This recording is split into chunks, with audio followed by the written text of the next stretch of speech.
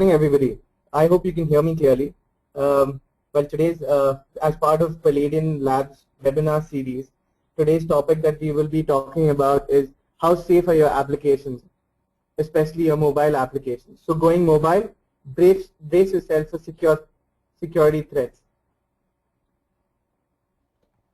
So the agenda for today is I will talk about the recent security trends, why mobile application security tests are required, the types of mobile application security testing, the OWASP top 10 mobile risks, knowledge about common vulnerabilities, and security best practices. So coming to the mobile application security trends of today. So this is the latest stat which shows current market share of Android is about 52%. 42% is with Apple iOS, and BlackBerry is 2. Others are 1%, and Windows is 3%. So you can see that Android currently is the global leader, and hence there will be obviously a large number of threats associated to it as well. But iOS is not far behind. It's 42%, and 42% means that again, there'll be a lot of exploits, a lot of threats out there in the market, especially because majority of the applications associated to iOS are paid applications. So hackers are trying to reach out to the end user and try and harm them, steal some information, steal some data, steal some money from them. Okay. So then coming to another stat which talks about Wi-Fi hotspots. Wi-Fi hotspots are going to grow by 350% from the current number by 2015. That means a lot more people would be connected on these Wi-Fi hotspots along with you, and they would be able to sniff the same kind of data that you or your information.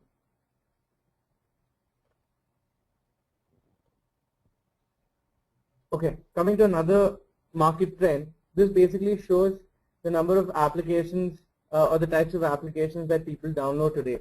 So games is the leader here. Next you have weather, you have maps and navigation, social networking, music, news, entertainment, etc. So if you see, shopping and retail is currently at 21%, and health is at 14% currently. So that means a lot of people are actually using healthcare applications. They are using shopping applications. Now, why this is important is because I will be discussing both these type of applications and the threats associated with them. Okay. So why is security relevant for mobile platforms? Because on a year-on-year growth, there's been a 300% increase in the number of organizations that are developing mobile applications currently. There's been a 200% increase in the number of mobile banking applications. There's been a 400% increase in the number of people using mobile phones for the day-to-day transactions. Have no idea about mobile security. 79% chances are there that the phones are currently jailbroken.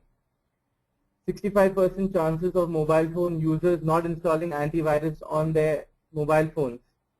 Go ahead and check your phone if you have an antivirus currently. 71% chances of any application to get misused. 57% chances of a user losing his sensitive credentials. So these are just stats.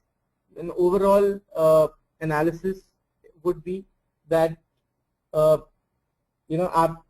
hackers are currently looking out for more and more exploits, or more and more are targeting the more lucrative iOS market, where more than 91% of the top 100 applications for Apple devices are exposed to security breaches or data leaks. More than 83% of the top 100 Android-based applications have exposed their users to leaks of both personal and company information. Now, the obvious thing, iOS users are spending more money, and hence the number of exploits associated with them are more, because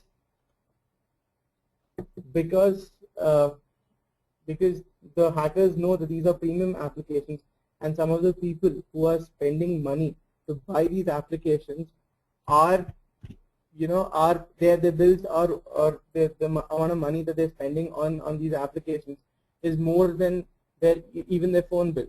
So hence, these hackers are trying to target people who have money.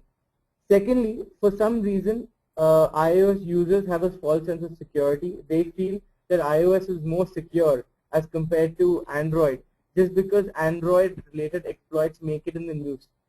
And secondly, I agree, Android doesn't have a vetting policy for their applications on their market, and Apple does. But still, both the applications are more vulnerable, and hackers today are targeting more and more iOS applications because of the kind of data that they can get, the kind of misuse they can do. Okay, so another stat, Apple has clearly mentioned to its developers that they should not be accessing anybody's unique device identifier. But during an analysis done in the later part of last year, a security vendor found that 26% of the top 26% of the top iOS applications still expose the UD IDs. Imagine a scenario wherein all the top executives of a company are meeting. For example, Google's top executives are meeting at one place, and you have applications, malicious applications, which are tracking location. So if a hacker finds out that at one day all the top executives are present at another company, this would give an idea to the hacker that this might be Google's next acquisition. So location, related disclosure is happening, user data related disclosure is happening, credit card information disclosure is happening. Okay. Also, a lot of information such as contact book, your messages, everything are being read.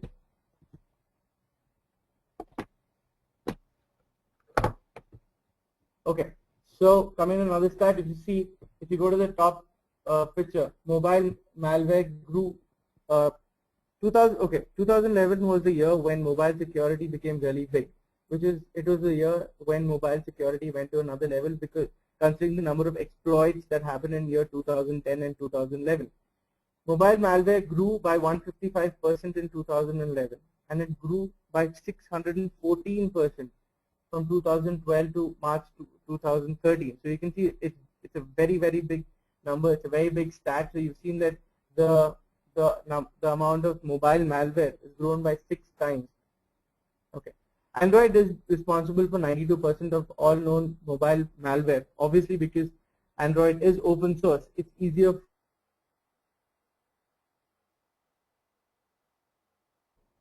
There are more than 500 third-party application stores that have malicious applications. So next time you root your phone and go ahead and download an application from a third-party application store, please be careful. Please think about the implication that it could have on your data and on your phone. 73% of the malware are exploiting a new type of vulnerability which sends out SMSs to premium services, wherein each time the SMS is sent, you're being charged a particular fee. By year 2017, the total number of Android phones that would have ever been shipped would cross 1 billion. So imagine 1 billion devices around the world. The impact of a successful exploit or a malware getting through is very big. 77% of Android threats could largely be eliminated today if all Android devices have latest OS. Currently, only 4% have the latest OS. Now, this is another problem associated to Android. What happens is manufacturers put a cap on the upgrade or the version to which you can last upgrade. So, if you bought a device which had maybe 2 running on it, you wouldn't be able to upgrade to 4, thus exposing you to a lot more threats.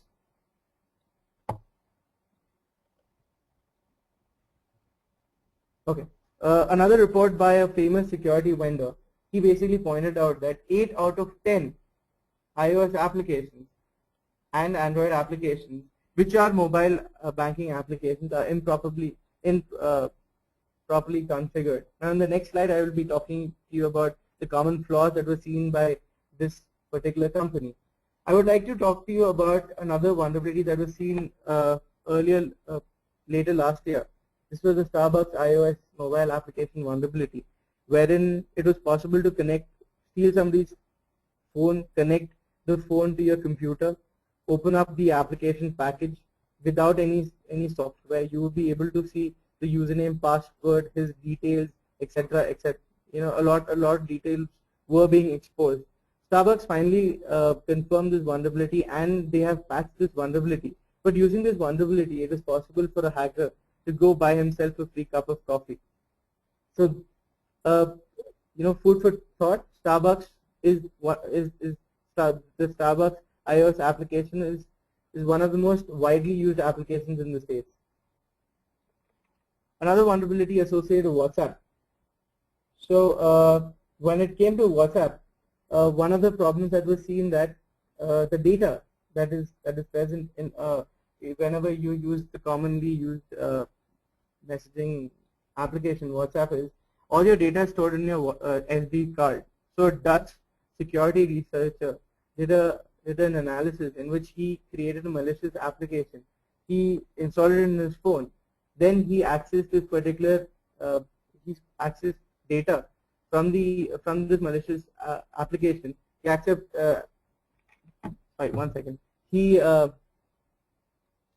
data that is present in the SD card. Now this data, which is actually the WhatsApp data, could be read by this malicious application. It used a very simple encryption. So, but just by doing a little bit of trial and error, it was possible for him to break the encryption and decrypt the entire conversation for one particular conversation instance. So this is a flaw. Okay. So imagine a scenario in which somebody makes you install a fake website or a fake application, or you install some application on your mobile phone which accesses this very same data in the SD card. He can read all your WhatsApp messages. Okay. There are a lot of applications today that are related to healthcare. A lot of doctors are controlling or are analyzing patient data using these mobile applications, such as for operating a pacemaker to try and understand what is the current heartbeat, pulse, etc. So there are a lot of flaws associated to these types of healthcare applications. Grave security threats associated to it. Thus, none of them comply with HIPAA. On an average, 6.5 mobile devices are used by every doctor on a daily basis. So that is the kind of data that is present on these devices, and the kind of data, I'm talking about doctors in the US, but this is the kind of data that is present there. Okay. In recent times, a lot of web-based application and a lot of network-based hacks have happened on bigger consumer organizations such as Target. Today's hackers are trying to get credit card information. They're trying to get personal details. That's the kind of data that they're looking out for.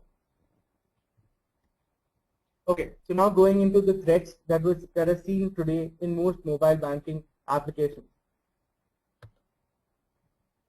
Most mobile banking applications, believe it or not, they do not send data over SSL. So the communication is not encrypted. Second, majority of the applications do not validate the SSL certificates. Hence, there's always a risk of a man-in-the-middle attack. Only 10% of the applications have the capability of detecting if the phone has been jailbroken. Another big source of information from the SD card is our system logs and crash reports. A lot of attackers who are controlling these malicious applications are accessing system logs and crash records from your SD card.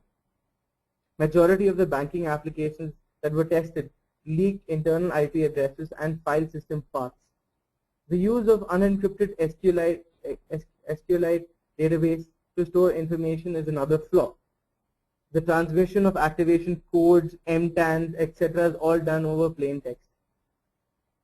In one particular application, it was also seen that the credentials of the user was hard-coded or was present on the device. Majority of the infrastructure, the network infrastructure that is in use, is outdated. When I say outdated, the end user can be exposed to a lot of vulnerabilities because of these network devices, such as Heartbleed. A lot of applications or mobile applications use the same infrastructure that is used by their web-based counterparts. Some of these mobile banking applications had, a phony HTML form that was injected into them using a JavaScript, something like how a cross-site scripting attack would work. Now, this is obviously a mobile-based application that I'm talking about. Coming to the permissions. So now that we have spoken about the couple of common trends and what is seen in today's, what are different flaws that are present in today's banking applications, I would like to talk to you about what are permissions and why is this important. Have you ever wondered when you install your Android application on the market, when you're given the permissions, you must be seeing something like this. Do you wish to install the application? Allow this application to have full access to the internet and have hardware controls such as taking pictures. Now imagine this is an activity cycle application. Now when you look at the permissions, 95% of the times people like the general population would just go ahead and install the application without thinking.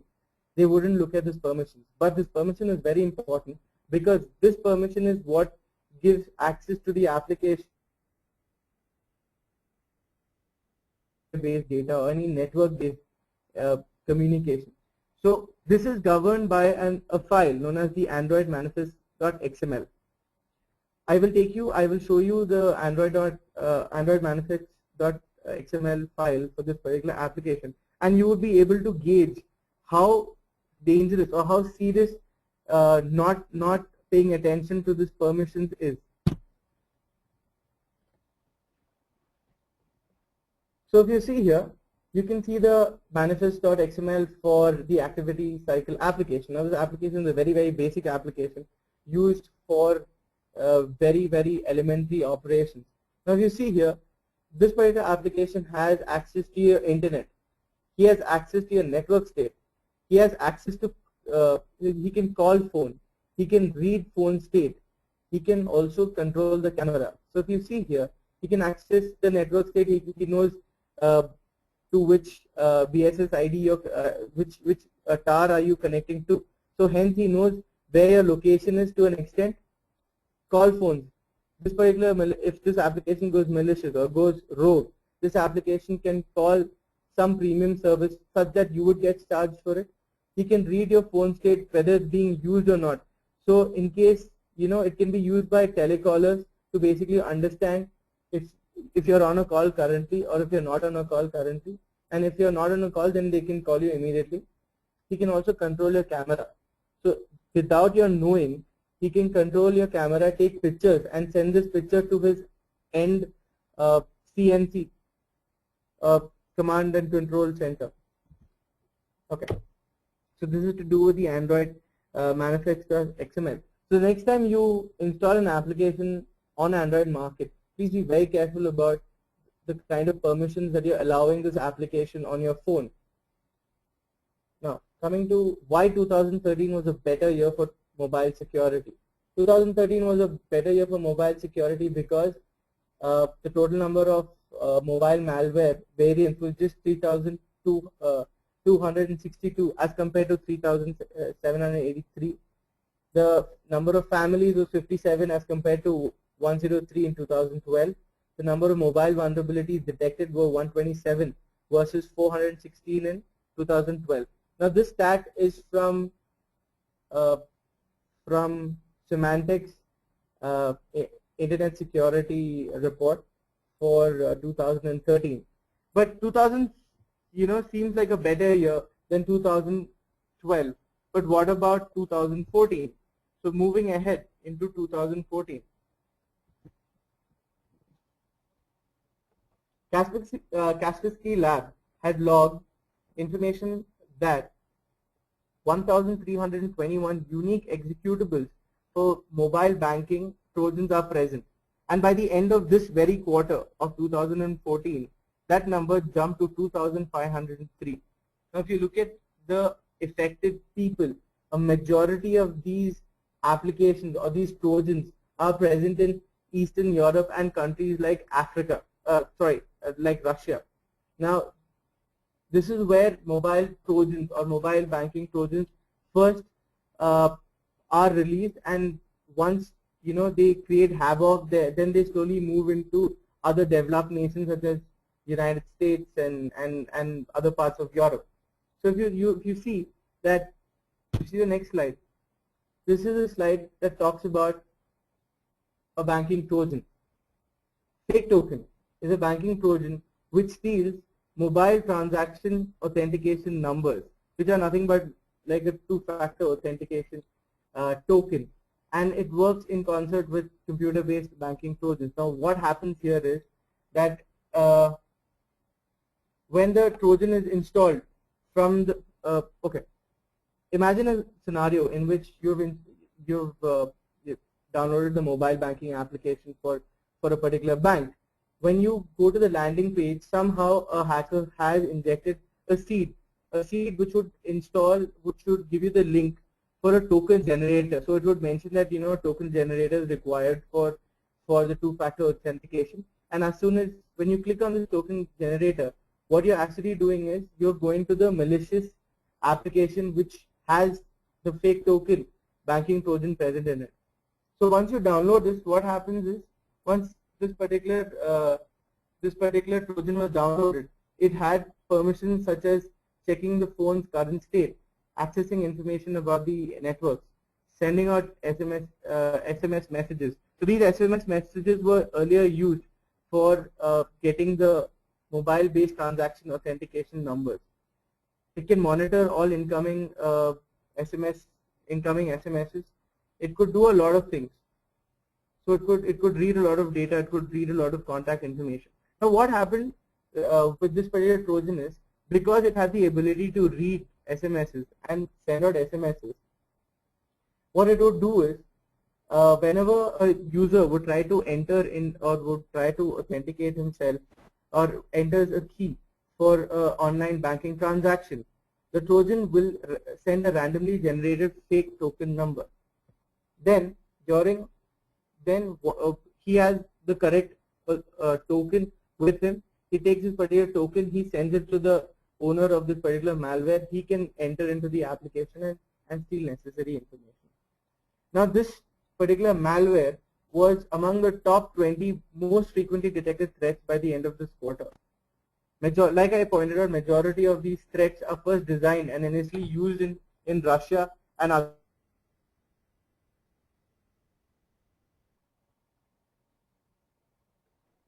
Going to other threats. Tor control bots. Now, Tor control bots. Tor stands for the onion routing. The onion routing was basically developed for anonymous access of the internet. So basically, you wouldn't know who the end user is at any time. So this has brought about another error in mobile malware, wherein the bots are controlled by servers that are present on the Tor network. The advantage of this is no one will ever know what is the end system. So this end server, this end system would never be brought down by authorities. Okay, these bots would then very easily communicate and send data to these Tors without being identified. Coming to the next type of threats, e-wallet threats. So there's an e-wallet in Russia, which basically is called as Quivi. This particular e-wallet system basically allows a user to do online transactions using this particular e-wallet system. There's a Trojan developed which would send a message to this particular to the Quivi end server trying to find out what is the balance. Once the reply comes back and the malware knows that there's a positive balance, it would then contact its owner, and the owner would then initiate a request which would transfer this money from the anyways that the application, the malicious application we install in your or the malware is present in your phone. So he can carry out operations such as stealing of money from your e-wallet, and he can transfer this to any unknown e-wallet ID which is controlled by the end hacker. Going to iOS Trojan, basically there's an ad revenue stealing Trojan. Every time you access an ad, the end user would get, or the person who owns this particular application would get money because of the ad being present there. But there's a malware which what it did was it was put into the phones of people who own these particular applications, and they could steal the revenue that is coming out from these advertisements. Coming to a denial of service via the Android manifest.xml, like I explained, the Android manifest.xml is nothing but a permission file where you can decide what resources of the phone the application should have access to. So what this particular vulnerability did was it caused a denial of service on the device. How did it do? It did it because there's a large amount of data that is present in the name field of the Android.xml. The Android.xml name file contained a lot of information, and it also contained a lot of it also contained data as in data regarding the markers for the processing. So when this particular application was run and a SMS was sent out and another SMS came back from the other end, the handlers for the processor were written so badly such that this led to a denial of service of this particular application, and it was so bad that this particular phone almost got bricked. And the only way out of it was to install the firmware or to install the OS again, thus leading to you losing out on your data. Coming to SMS spam.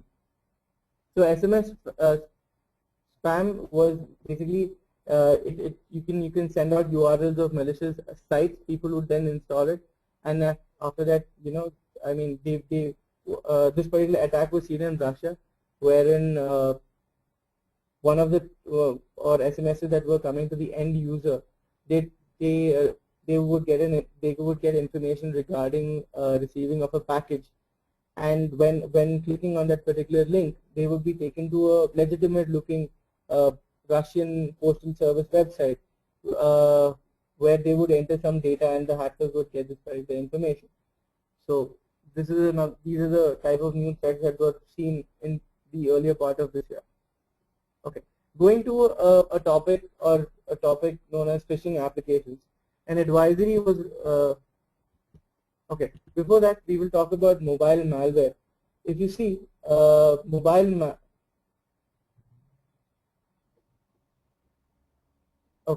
if you see mobile malware, the highest number is seen in Russia, the next being India. So a lot of malware is going around in these countries. So it's very important to have an antivirus installed on your mobile phone.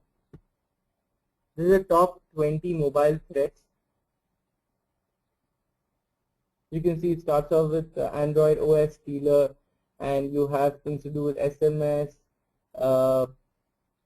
Majority of these read and send out malicious SMSs today. So this is that. Coming to phishing apps. Now phishing apps, an advisory was released by Palladium earlier last month, wherein we had detected many applications that were present on the markets which were actually fake. These look legitimate, but these were created and owned by some other fake owner. So it is very important that you have to be careful about the kind of applications you are installing from the market. It's important to see who is the publisher of this particular application. I agree, finding these applications is very difficult because there are millions of applications, but on a daily basis you and me would just install one or two applications. Hence, it's important for us to see who created this particular application, and in case we feel that it's fake, it's always a good idea to report it to Google. In a recent instance, we have seen that there were many fake mobile banking applications of banks in India. We had also seen applications such the Jet Airways application, couple of airlines applications, online shopping website applications, fake websites that were mobile applications that were present in the market. What would happen is, if a person who's not aware of, or who's not very tech savvy and who's not aware of how to check who published this particular application, he would just go ahead and install it and enter his data unknowingly, thus exposing him for an attack. So imagine if it's a banking website, he can get your internet banking credentials. He can use it to log in, and then he can transfer the necessary money or get any information that he wants to. Coming to the Google's bouncer service. So now that we are aware that these phishing applications are present, there is a service that was launched by Google in 2012, which is known as the Google's bouncer service. Basically, what it does is it goes through the entire market trying to find out malicious applications. But this particular service has been bypassed many times. Everything that is created eventually would get bypassed. That's how security would work.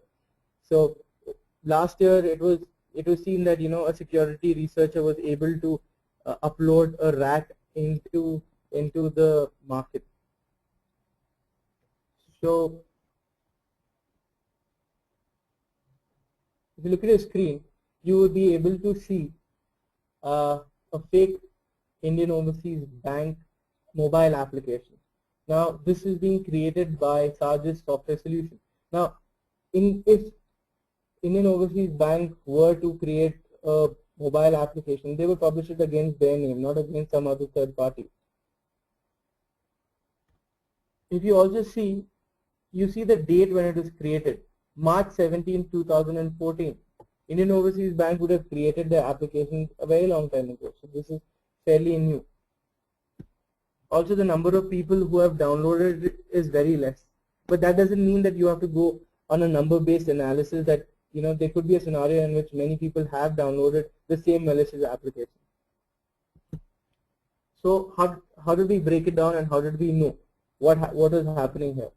Basically, the hacker or the coder, he had used a service known as AppsGeezer, which allowed the user to create an application which replicated the web page. So what he did was, he took the web page, he made he created an application that replicated the web page and looked exactly the same.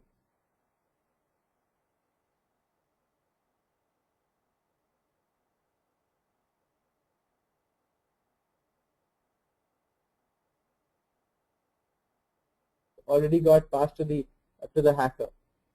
If you see other applications that were created by Sargis Software Solution, you can see that they have an ICICI Bank, they have a Indigo, they have an Air India mobile application, IRCTC, etc. So you can see there's a lot of fake websites that is being created by this particular developer. You can also see that he's also created a couple of other applications such as Sweet Honey and Android Informer. So it obviously means that this is not a legitimate, or this is not a real, or could not be a legitimate mobile application developer. So the argument that was posed when this advisory was released, and when we would discuss about our Android market safe today. So Google always maintains that they have a policy in which they check the actual data, but their vetting policy is not as strict as Apple. What Apple does is, once if you want to install upload the application to the iTunes market, they would go through the entire functionality of the application. They would try and understand it. They would see if there's any other application which is similar to this particular application, and only then would they allow you to upload this particular application into the market. So this particular scenario, this particular process takes a few days, but in the end, at least the end user is safe. Okay. So why is the bouncer service not enough? The problem with bouncer service is it works by emulating an Android device, and it checks only for malicious actions done by the application. So, there could be a scenario wherein a fake, or for example, the IOV application, it doesn't do any malicious action. It looks perfectly legit because it has a login page, etc. So the bouncer service has no intelligence per se to understand if suppose this application is legitimate or whether it's fake. The only advantage that Google has is something known as the remote wipe. Google has the ability to remotely wipe any application that is installed on your phone. So imagine a scenario in where a malware or has broken loose in an application. Google could remotely wipe out the particular application from everybody's phone. So that's the only advantage that Google has, and they try and make up for it because of how the bouncer service doesn't work, to our expectations. Now the bouncer service has been known to be bypassed. This was bypassed by a couple of security researchers. It's being bypassed by hackers on a daily basis, wherein security researchers are even able to upload a rat to the market. So in general, bouncer service can only detect malware. It can't do any other functionality. It has no other ability to detect if suppose it's a phishing application or not. So the only way in which we can prevent phishing application is to have a stricter verification process for becoming a developer, to ensure that there is traceability to the person attempting to create these phishing applications. So Google has to take a proactive measure such that they start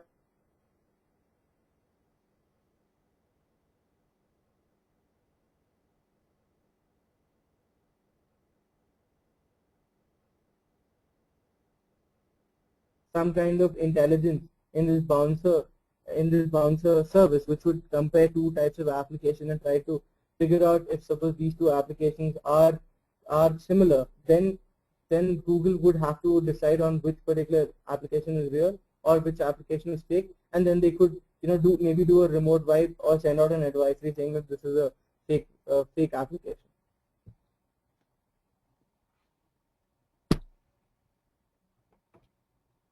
So this has already been discussed. Creating a login page and getting user details is not considered malicious. That's why bouncer service could not detect these fake applications, this IOV application or the ICICI website mobile application.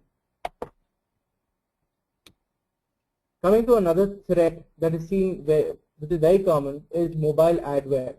So every time you access maybe a free service, you would see a lot of mobile adware. Now, even though we may not be clicking on these applications, these mobile adwares are used for a lot of things. Now, if you see that, look at the table there. It has statistics associated kind of data that these adwares are accessing. So it's trying to collect your device information, what type of device you're using, etc., what version.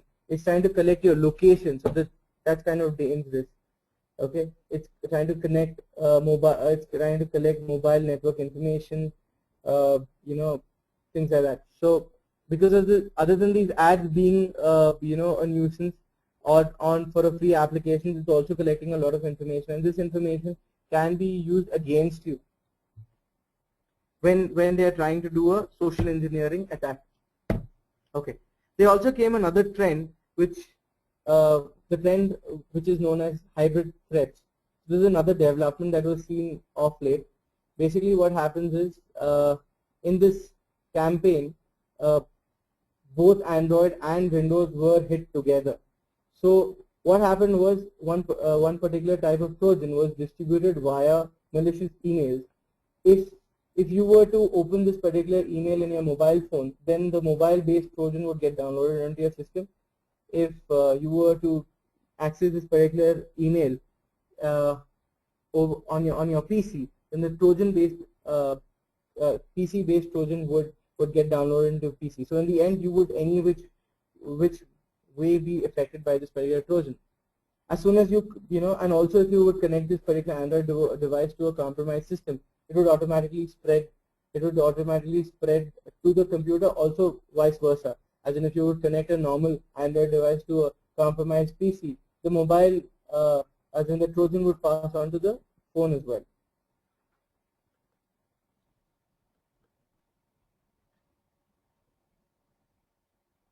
Okay, so coming to a very hot topic today, Heartbleed. Heartbleed is something that is being spoken about by all security researchers today. A lot of companies are taking proactive measures in order to more like reactive measures to basically prevent them from being vulnerable to Heartbleed. So I would not be going to the nitty-gritty of Heartbleed. I'm assuming that the audience is aware of Heartbleed. Heartbleed is basically, but a quick, a small summary was basically would be a Heartbleed is basically an attack in which it is possible to get some 64K worth of data from an end server. Basically, you're getting the information from its memory, and this particular memory could have a lot of information such as encryption keys, passwords, etc. in its memory, and this data is sent back to the end user, and this user can take this particular information and then use it for his malicious use. Okay, so to start out with, a lot of devices today are affected by this particular bug or this particular vulnerability, which is Heartbleed. Now, Android, as in Google, has stated that their older versions are not vulnerable, and only 4.1.1 is vulnerable to this particular attack because it uses the OpenSSL library that is vulnerable to this particular, which is vulnerable to this particular attack. In the next slide, I will be showing a statistic which basically spoke about which Android device, which Android OS is vulnerable to this particular attack. Now, iOS or Apple has maintained that they do not use this particular package, which is the OpenSSL package, while shipping its mobile OS. So, hence, they have stated that they are safe against this particular attack. Now, that basically covers up what is Heartbleed and the kind of systems that are vulnerable to it, and why iOS is not vulnerable or assumed not to be vulnerable to this particular attack. Another type of attack is reverse Heartbleed, wherein it was possible for the server to steal information for a server. The same way how a client can steal information, it is also possible for a server to steal information from a vulnerable client, and this vulnerable client, as in you would again get 64K worth of data from the memory of the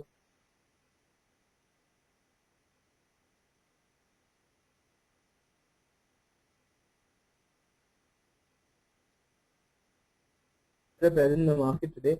One is Blue Box Heartbleed Scanner. The second one is Heartbleed Security Scanner by Lookout. Now, both of these are good. Both of these are comprehensive. So you can go ahead and install both of this, trying to understand if suppose your OS is vulnerable to this particular attack or not. But Heartbleed Security Scanner goes the extra mile. It also analyzes the applications that are installed on your phone, if they are vulnerable to Heartbleed or not.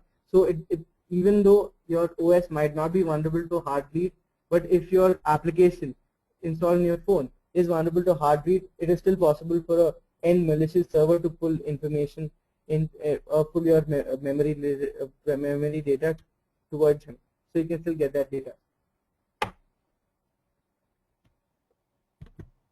Okay, so this stat basically speaks about the vulnerable versions of Android.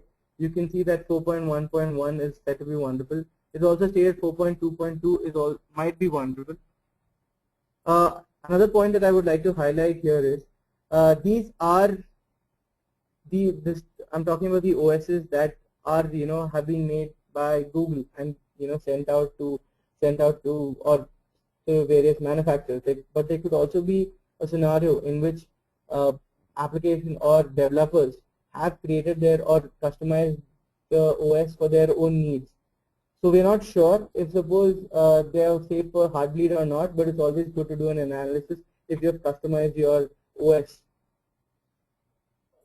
Coming to the perspective that why is Android more or why is it dangerous for Android is because Android, well, the operating system is open source. You can go ahead, you can open up the as in the source of this particular operating system, try and understand what kind of information is present in it and what OpenSSL libraries are present in it. This would basically give you an indicative idea of whether this would be safe against or would it be unsafe against this heartbeat attack. It's also important to basically, even though your OS might be using a vulnerable version of OpenSSL, but if it's been during compilation, if it's been compiled with the setting that no heartbeats are sent out, your device is still safe. Coming to a growing problem, as the number of devices grow, and in 2017 we would be reaching 1 billion devices. As the number of devices grow, there are a lot of devices, as in a lot of manufacturers have put a cap to the upgrade that you can go up to. So you can't upgrade to maybe a 4 or a 4.1 because when you bought the phone it was using 2. So this also leads to the possibility that that these particular old OSs might not get the support or might not get the patch associated with this particular bug. Currently we're not sure if suppose 2 is completely safe against this or not. Again, talking about customized OS, there might be a scenario in which it might be unsafe. So later in further analysis would let us know whether these are safe or not. So vulnerable Android users in US, there are more than 75,000 users that are affected by this particular bug currently. You would see Russia is not far behind. You have Europe. You have parts of you have Algeria. You have parts of Africa. You have Pakistan that is vulnerable to this particular bug. So what can you do? What kind of tips can I give you from today? So it's very important to understand that you should not change your password. There are lots of advisories that are floating around in the market that state go ahead and change your password. But it's very important to understand that do not change your password until the issue has been fixed. Why? Because it's still possible. If the issue hasn't been fixed, it's still possible for the end hacker to steal this particular password. Okay. So once this particular fix is in place and you get a notification regarding the fix, go ahead, log out of your mobile application for a few minutes, change the password and log back in. If you're using a two-factor authentication for your application, nothing like it, this definitely helps protect your account, even though your password might be compromised. Another word of advice: you can still go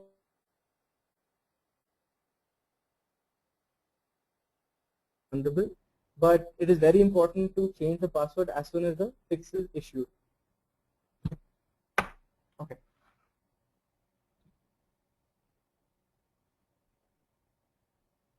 Coming to an application that went the extra mile when it came to law enforcement. So for data breaches, there is a mobile application which is known as Data Breach 411. It's an iOS application.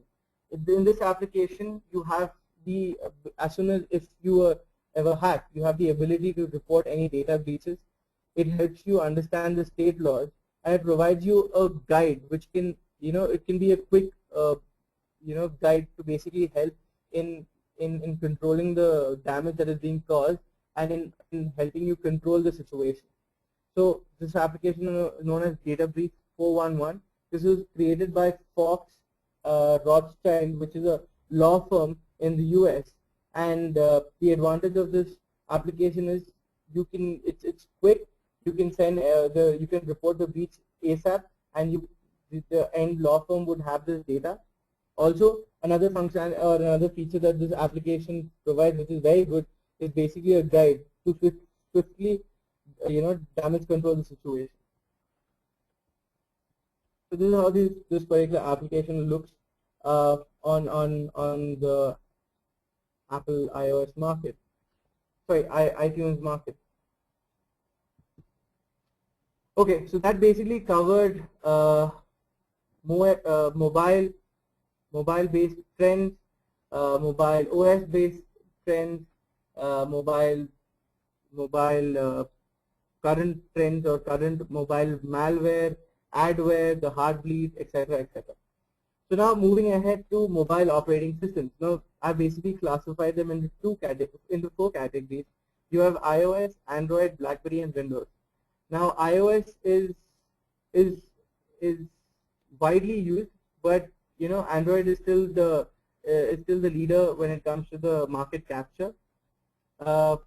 The advantage with iOS is why a lot of users use iOS is because a lot of the technology is proprietary and it's very user friendly. The advantage with Android is it's got the highest market share and it's open source. But because it's open source and it's also the highest market share, it is the target of the highest number of malware. BlackBerry, enterprises have used this for a very long time and they prefer it as a good medium for management to stay in touch and communicate with each other. But slowly it is being phased out, and well, after Nokia's acquisition, the BlackBerry OS would cease to exist. You also have Windows Mobile OS, which is upcoming, and a lot of users are using it today. This is very user friendly. It's very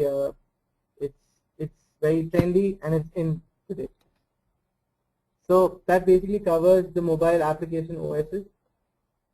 What are the different types of mobile applications? There are basically three types of mobile applications that you would encounter. The first one would be a mobile web application. An example of this is m.bookmyshow.com or m.facebook.com. So these are, even though this is a mobile application, this is nothing but a web application, the N. Just that it is called m.facebook.com because this particular application has been designed particularly for the phone, considering the size and etc. and the features that have to be provided in this. The end web servers would be absolutely the same, just that the way that the request the responses would just be based out of on the user agent that is present in the request. The next category is native mobile applications. Native mobile applications are applications that are like your camera application, like your calendar applications. These are created and shipped by your mobile vendor. Hybrid mobile applications, these are applications that you would see today. These basically have the features of both native and mobile web applications. Examples of this would be WhatsApp, would be the Facebook mobile application, etc. So if you see on your left hand side, you would see the Bank of America mobile application, mobile web-based application. On the right hand side, you would see the State Bank hybrid application.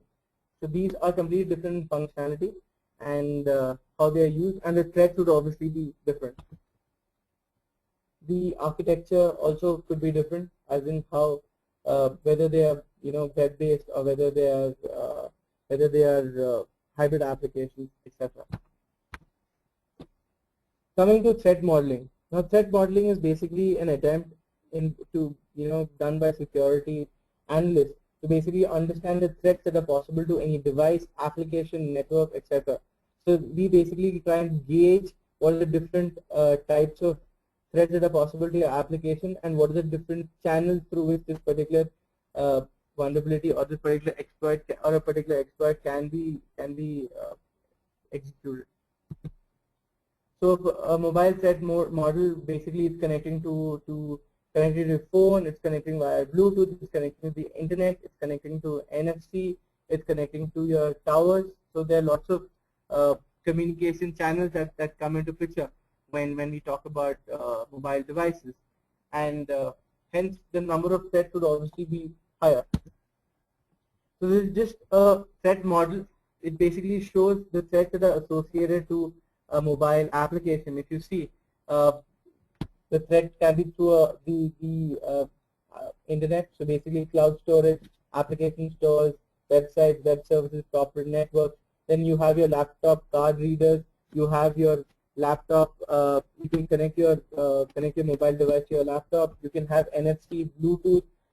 You could have it via the carrier network. SMS, voice, miscellaneous. So there are various types of communications that are possible to to a mobile device, and hence the threat model would look something like this, which would be bigger.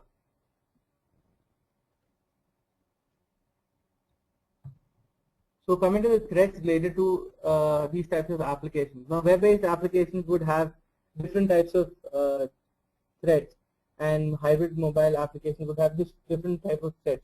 Talking about web-based mobile applications, you would also have vulnerabilities associated to the browser being added to the threat model, whereas for hybrid mobile applications, there would be no threats associated to the mobile browser, but there would be threats associated to data that is being stored locally, the kind of information or the kind of proprietary data that is being stored locally, or any processing that is happening locally. All this information will be present locally. So the kind of types of applications will be different. So how would you create a threat model? Basically, it's very important to understand the background technology being used by the application. It's important to understand the application thoroughly by going through the functionality. It's important to note down the sensitive transactions. After that, you have to create you have to build the threat model based on the functionalities. And then you can add the mobile specific threats, like the one I spoke about, the browser-based threat, mobile browser-based threat, or local data that is being stored based threats. So this is how basically a threat mobile model would be made. So in Palladium, when we would go in for an assessment, we would not be making a threat model per se, we would be creating something known as a threat profile. A threat profile is a list of all the threats that are possible to an application, and we would be listing out the business related threats. We would be listing out the threats associated to the application because of the OS and because of the device. After this, we would be creating a test plan and doing a comprehensive check against each threat and trying to exploit each threat. Okay, coming to mobile application security.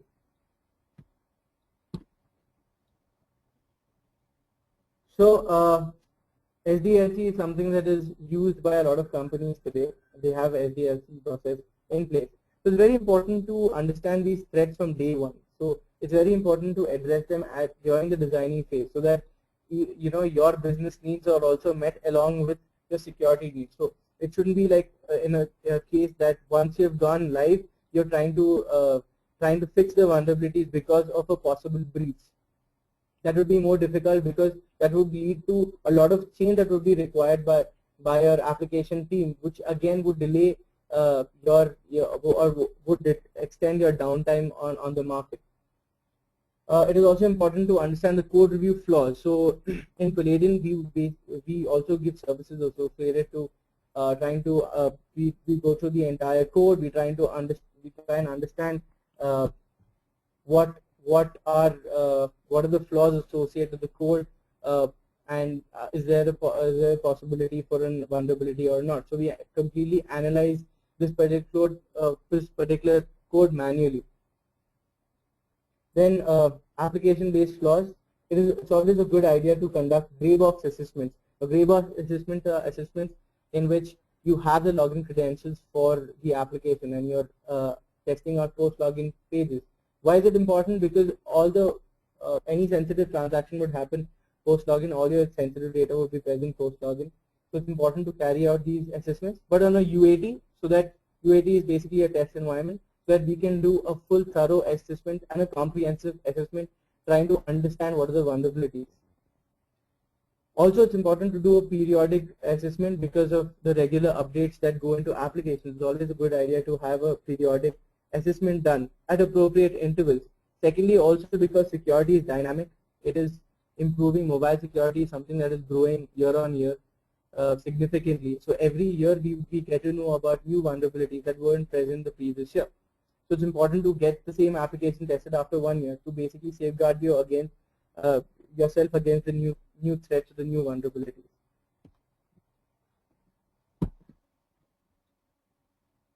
So a quick stat about mobile vulnerabilities for 2013. Document vulnerabilities for iOS was 108, Android was just 17, BlackBerry was 1, Nokia was 1, and Windows was 0. So this is a total number of 127 vulnerabilities were documented last year. The highest being iOS. iOS, a lot of hackers go try to exploit these vulnerabilities or try and find, because these applications are usually bought on the internet. So so the end hacker knows that this particular person would have information related to his credit card or any bank related data on his phone. So that's why they try and reach out to this. A vulnerability trend analysis, this is basically to showcase the kind of vulnerabilities that are commonly seen. So excessive privileges is 13%. Input validation. Input validation would be your SQL injection, any injection-based attack, or you're trying to send out some malicious payload. This comprises about 20%. 15% is to do with session management. 22% is to do with privacy violation, and the highest is 30% infrastructure. Basically, a lot of these mobile applications are, are communicating with, devices which are very old, which are unpatched, and hence there could be a scenario in which, because of these or this old infrastructure, unpatched infrastructure, it is possible to carry out some attack.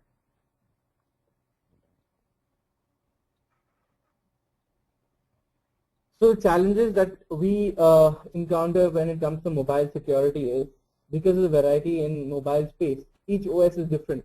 So there is something unique about each OS. So the kind of tests that we would be conducting for, say, an Android and an iOS would be different, and an Windows and iOS would be different. So I agree, certain basic security concepts would be the same, and the test cases would be the same. But because there could be a scenario in which there are technology-specific exploits possible. For an iOS, there are technology-specific vulnerabilities present. For an Android device, there are technology-specific vulnerabilities present. So basically, a standardization or creating a guideline is very difficult. But what we can provide at the end of the presentation, I would be providing you a list of things that you could do proactively to help, help curb any possible mobile-based security exploit. So coming to a gray box, where a gray box approach for testing would be, you have the user credentials, you're like a normal user, you can see the post login pages, you can see the functionality of the application, and you also have all the necessary information present on your mobile device. So the main types of vulnerabilities that I will be talking to you about is reading of stored data. So a lot of data is being stored. There could be a possibility in which your credentials also might be getting stored, your session ID might be getting stored, so that's something to be worried about. Next is capturing requests. So it's important to capture these any request going out from a mobile device. Majority of the times, developers assume that because this is a mobile device and it's communicating over another, is communicating differently, it might not be possible for a hacker to intercept this data and get and try and do some malicious attack. But it is still possible to capture a request by proxying the phones, or by proxying jailbreaking phones. It is possible to intercept requests. Next, from an application perspective, it might be possible that there is some kind of sensitive information present in the application package. For example, it might be a scenario in which the application is writing some information to a database, and the database credentials are being stored in the application, such that every time the application is trying to connect to the database, it enters its credentials. So when we reverse the application, we saw that a database set of database credentials were present. Coming to the last category, which are platform-specific issues. So there could be platform-specific issues. I will be talking to you about them in the next 3 or 4 slides. Reading stored data. So mobile applications store a lot of data locally in their phone. You can connect your phone to your laptop, and it's possible to access this particular information and try and see what kind of information is present on your device. Basically, what type of information are we looking out for? Persistent stored information in mobile devices, such as passwords, keys, account details. It was seen that for a banking website, we could see the transaction history etc. of the user. This might involve hacking or jailbreaking of the phone, but as the tools are improving, it is possible to do this without jailbreaking or hacking as well. Okay. Another problem, a lot of data is stored locally using SQLite database. Now, it might be possible to read this particular data if this SQLite database is not secure and not encrypted. It might be able to read this particular database using a SQLite browser, and you could have a lot of information present in it. Have you ever wondered why sometimes, why don't you have to enter your username and credentials every time you access Facebook?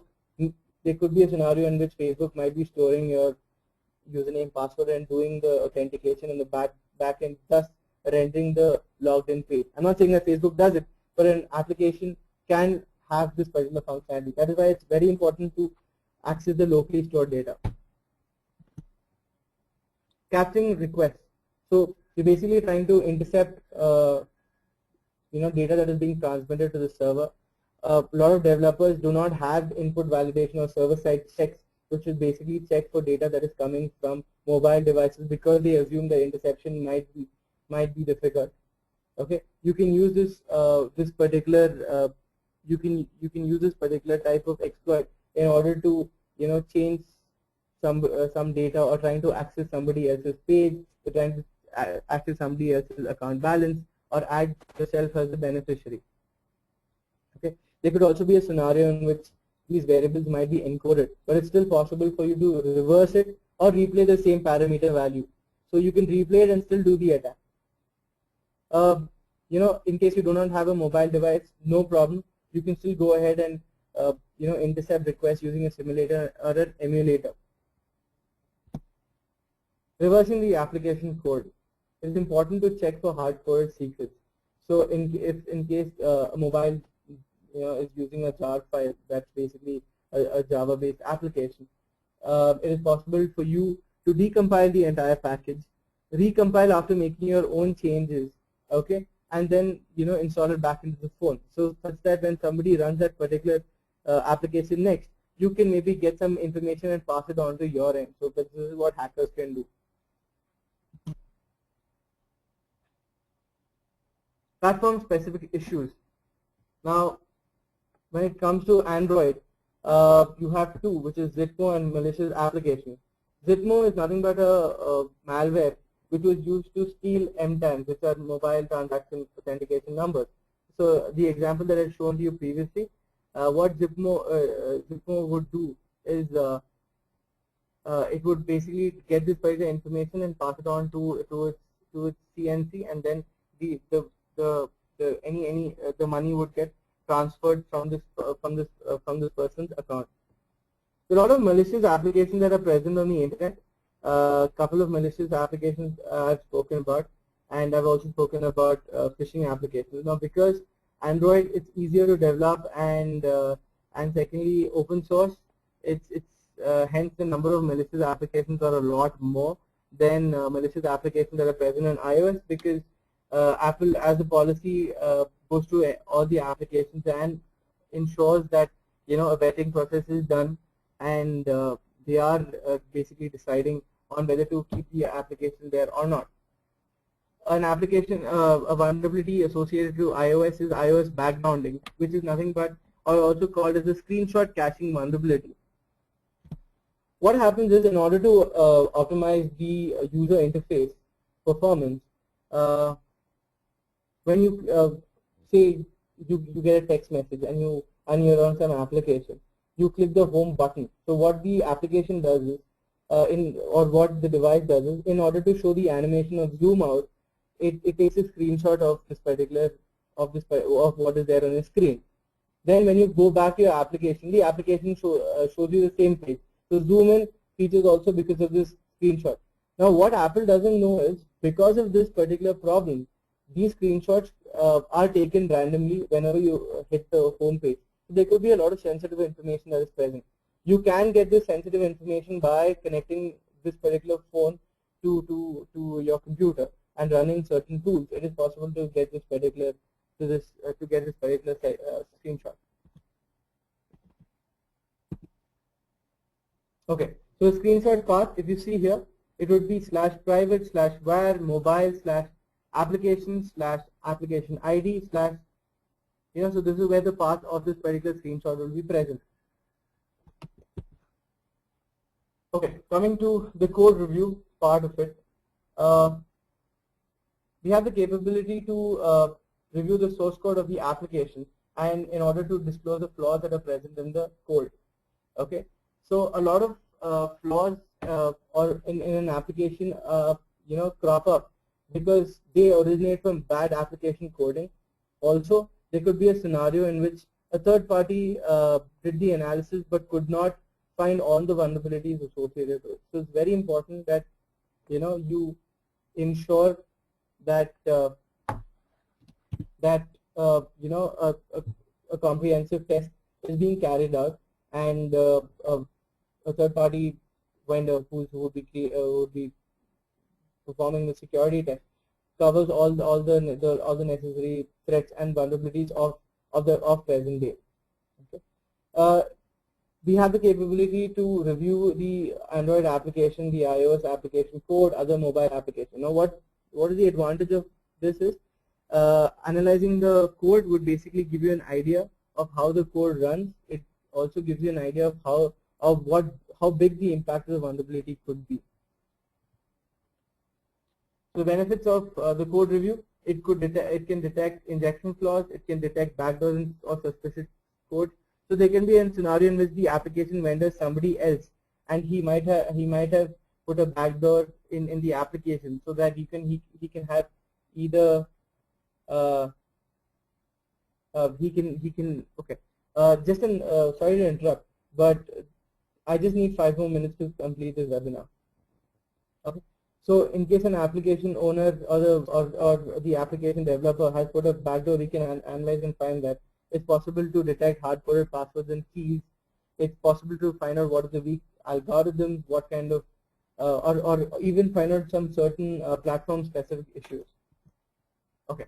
So coming to the secure guidelines, how should an application be developed, or what are the key elements that come into picture while developing an application? So it's very important to not to hard-code sensitive information, not to store sensitive information locally. Okay, you should not, if it needs to be stored, ensure it's not being stored on your SD card, which can be easily read. It's very important to encrypt the stored data. So go ahead and start using encrypted databases, SQLite databases. A lot of applications do not implement SSL, so SSL is very important. Secondly, an SSL certificate validation is also very important. It's important, like I showed you previously, 30% of the attacks are because of the infrastructure. So it's very important to protect the web server as well. It's important to sanitize all inputs, do an input validation for all the inputs. It's important to have proper authentication. Okay, do not use UDID or any hardware IDs for authentication. Please use a username, password, and preferably use two-factor authentication. It's lastly, a lot of developers, they transmit data in encoded form. It's always better to use encryption. Secondly, locally also, it's better to use encryption rather than encoding.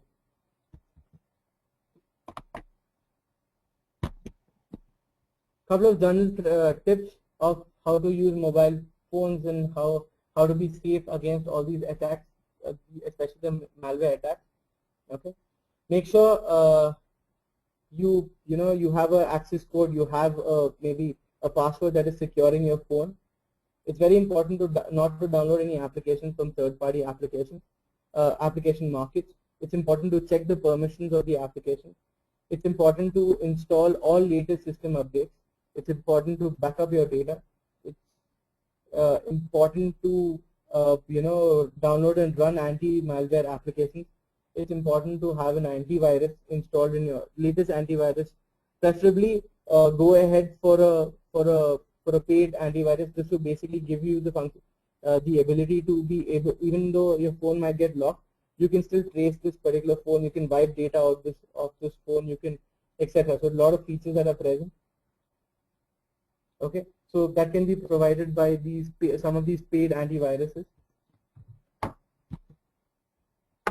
Going to corporate devices and bring your own device tips. Okay, so it's very important to install USB locks on computers. Do not allow people to just go ahead and connect their phones. There could be a scenario in which malware from their phones is being transmitted into their laptops. In case of corporate devices, considering geolocation tracking devices software is always a good idea. Not because you want to track your employees, but because it's you can also, in case the device gets stolen, a lot of sensitive information is present there. You can track this particular device. You should have the ability to remotely brick the mobile device if it's stolen or lost, such rendering the device useless. You should always encrypt all the data that is present. Okay. It's also important not to permit access to sensitive information by mobile devices. So no access to any sort of sensitive information that is present on your company's network. It's very important to educate the employees of how to safeguard their mobile device. Very important, because when it comes when the different types of wares, where it comes to software, hardware, firmware, all of these can be controlled, but liveware is something that cannot be controlled. That can only be controlled by educating and enforcing using policies. Organizations should basically, whenever they're disposing or donating devices, they have to be very careful about wiping out the data that is present on these devices. It should also have anti-malware protection, have antivirus running on your devices just to protect yourself against any malware, virus, or malicious application. And in the end, it is important to have a proactive data management strategy. Coming to what Palladium can offer, Palladium can offer secure code review of mobile applications. We can provide mobile application security testing both pre-login and post-login. We also have something known as the PLIN criteria for mobile application certification, which is basically our own certification that we provide to mobile applications to state that you are secure against our requirements. Okay, this is applicable for all platforms. In case you ever want to reach out to us, our website is www.palladium.net. Our sales email is sales@palladium.net. We have an online magazine which is known as Palladium. The link is present here. We also have an initiative known as Palladium Labs. This webinar is part of the Palladium Labs initiative. Basically, it's to educate more and more people about security and the kind of risks that are out there. Thank you. I hope I did not take a lot of your time. If you ever want to reach out to me, my email address is aditya.uttapa@palladium.net. Have a great day. Stay safe. Thank you so much. Oh yeah, if you guys have any questions, please go ahead and send me the questions. We can have a quick Q&A for about 5 minutes.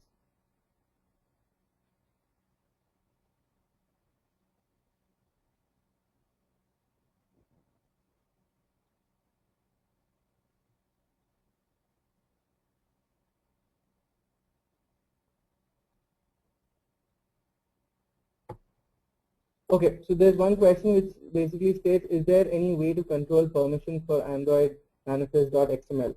Well, controlling permissions for Android manifest.xml, yes, I mean, don't install applications that do not require this particular, from a user perspective, don't install applications that require, access for something that should not. As in, for example, an application which is a notepad application doesn't require to have access to your to ability to call phones or to read your phone status, phone state, or to send out SMSs, etc., or should not have access to cameras. So from a user perspective, the only way that you can safeguard yourself is by analyzing if suppose these permissions are actually required, and if they're required, only then install it. Secondly, always look at who's the publisher of this particular application. Be careful, it might be a fake application. From a coding perspective, controlling permissions for Android manifest.xml, it completely depends about what you are declaring in the Android.manifest.xml and what is being written there. Only what is written there would have access to that particular functionality. So if it's written that it should have access to network state, then only then will it be able to access the network state. Okay. Any other questions? okay, where can we find the Google Bouncer service? You can't find it. You can go ahead and Google it. You'll be able to find information regarding the Google Bouncer service, and it will basically give you an idea of how Google Bouncer, uh, you know, basically it analyzes uh, applications on the internet and things like that. For okay, any other questions?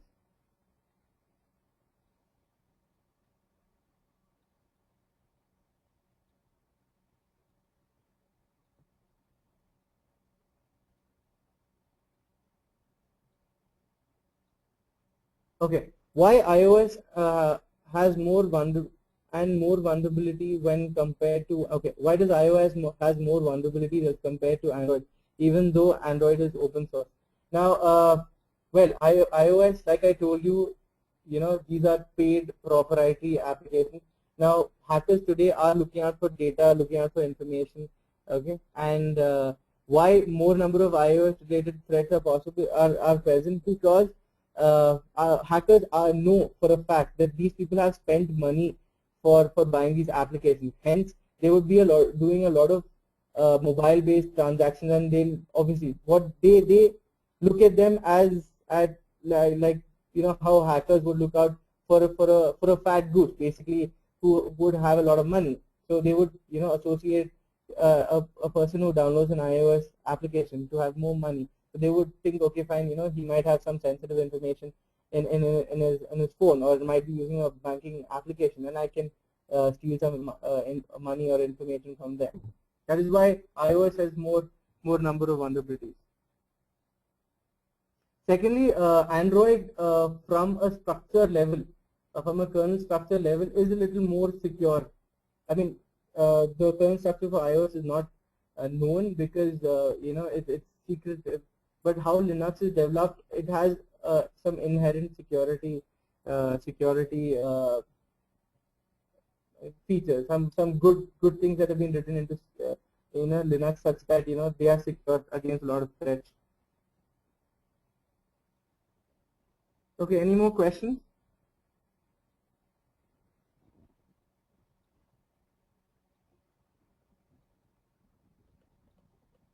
How do we know that applications we downloaded is genuine? Example, I downloaded a Citibank's application where I can get my online transaction.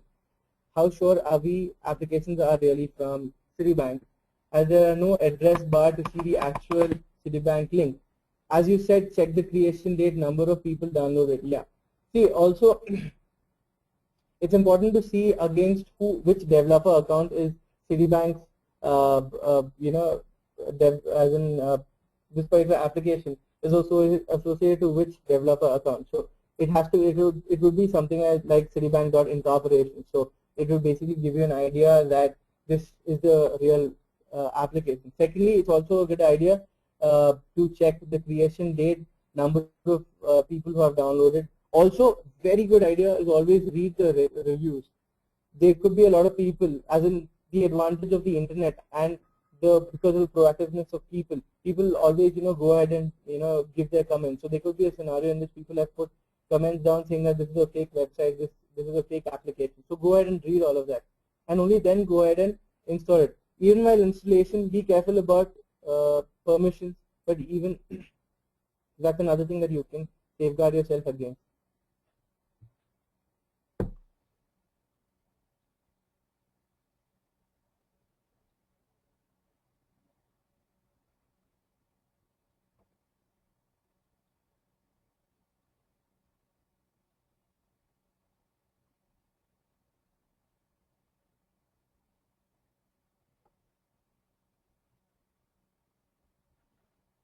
Okay, so next question is, can you list any widely used vulnerability assessment mobile security tools for both native and web applications?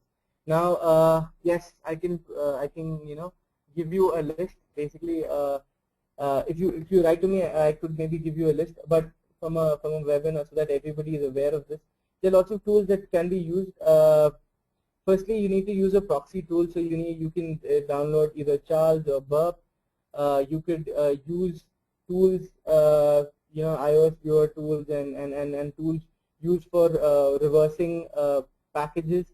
You could use in order to reverse a package for say a jar-based mobile applications. You could use maybe JDUI and things like that. So there are a lot of tools. Okay, 1 second. I can just run you through a couple of tools.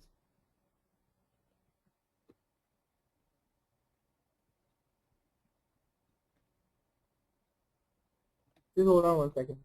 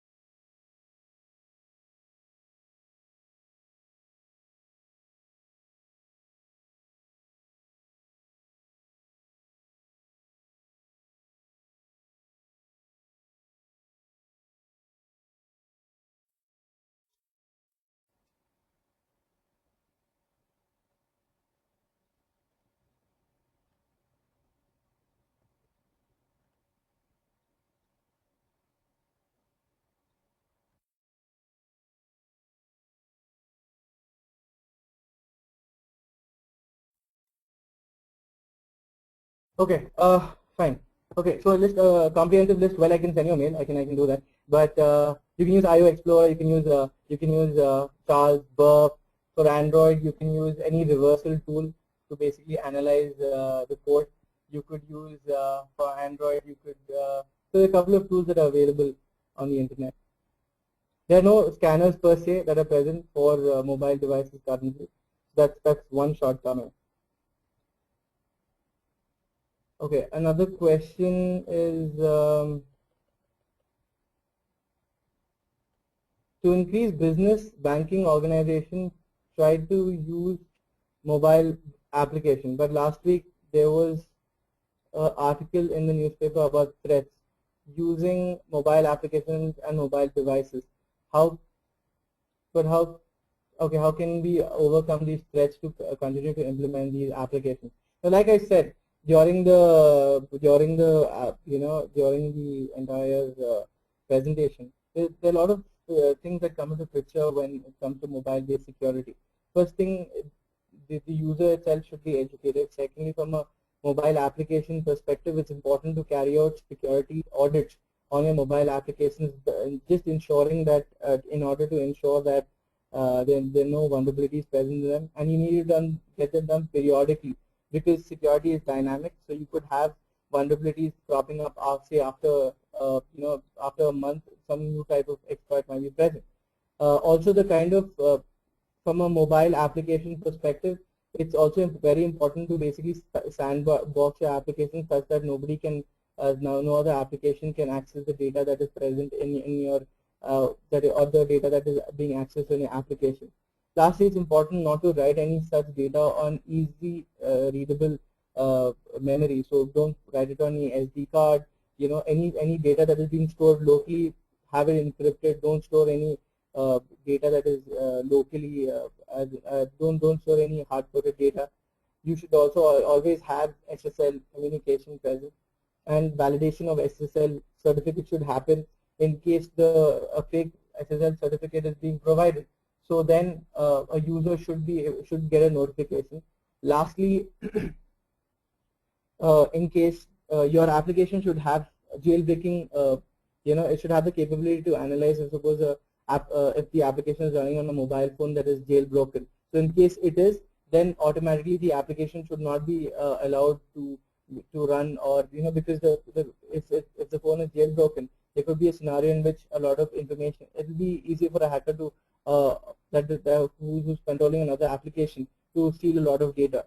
So you could either not allow the application to be sorry, the application would get installed, but you can automatically send a notification to the user saying that there could be a possibility of data breach. So then it's up to the user, what does he want to do about it. Okay, next question.